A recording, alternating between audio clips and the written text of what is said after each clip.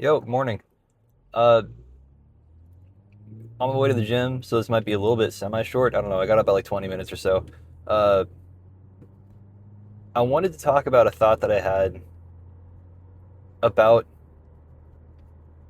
it starts off with Destiny, but it also kind of leads into other stuff that you can kind of like apply to work and apply to other stuff. So, uh, how do I lead into this? Destiny being announced like they're going end of service or whatever. Obviously, nobody's happy about that. I'm not happy about it. I love the game, but it's just it's how it goes. I've accepted it at this point. We still have it in a playable state. That's the best we can ask for in that situation. Keep pushing Sony to greenlight a D3, but like I'm at peace with it now. Um, One thing that I really saw as like a predominant pattern across like social media and across what a lot of people were saying with that game. Um, a lot of people have like almost their whole identity in Destiny in that game. And I can totally relate to that because for a decent period of my life, you know, basically all my free time when I wasn't doing school or whatever was playing Destiny. It was gaming, it was being on with my friends and stuff. But I never really identified as like I never really like let Destiny be my identity. It was a really, really great hobby. It was a really great way to pass the time and connect with people and stuff like that. Um, but one thing that I've been seeing pop up a lot is a lot of people really don't know how to handle the game ending. I've seen a common thread where people are basically saying like, man, I don't know what to do now.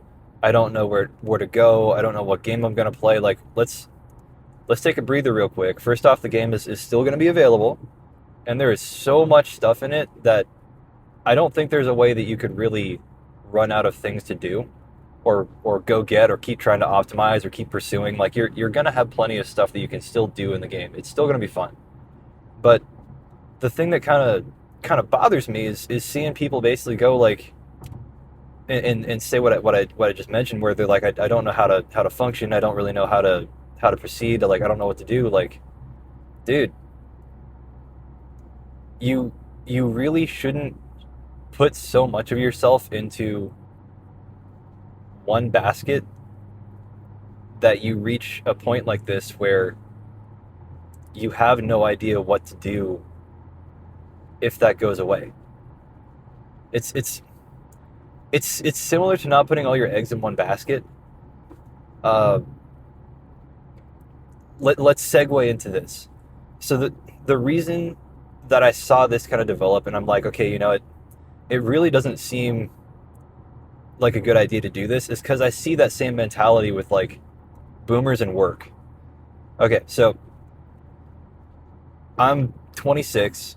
A lot of older people have basically told me like, yeah, you'll find your career and you'll spend 30 years in that career, and you'll spend a lot of time doing that. And I'm like, I really don't feel like that. And then like there's plenty of other videos talking about like office mentality and like workplace mentality of like, yeah, I show up early and stay late, and that's how you be successful and everything else, and it's basically dedicating their entire life to a job. And then I've seen firsthand what that results in. So uh, there was a lady at my job who she was there for a very long time. I'm not going to say what she did or anything. I want to keep this very private, but she was there for a long time. Very, very sweet lady, very hardworking. Um, and she ended up retiring out of that position about 2 years into me being there.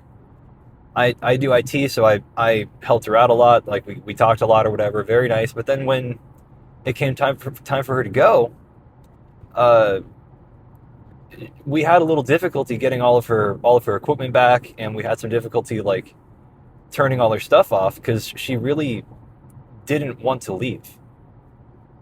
Mostly because I don't think she really had much else outside of the job.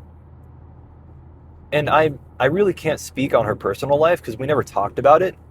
But from what I saw, she was always there before me, always stayed after me. I get in around like 8:30. I leave around like 4:15, 4:30.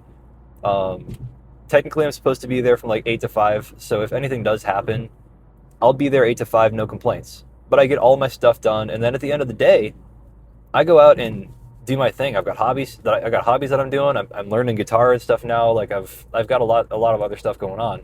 Um, so if I were to leave, I'd be like, okay, cool. I'll go make sandwiches or whatever while I figure out like what other jobs are going to take me. But I got other stuff I can do and pursue. What I noticed with her is like as soon as she retired, and she was kind of up there as far as age goes. I think she was late 50s, maybe early 60s, but she didn't look that old. I never asked her. Uh, she basically got out and immediately was like started working again. She started working for herself doing like consulting and stuff. And it's like, dude, I mean, good on you for like wanting to be, always having something to do, but like, do you really have nothing else other than work?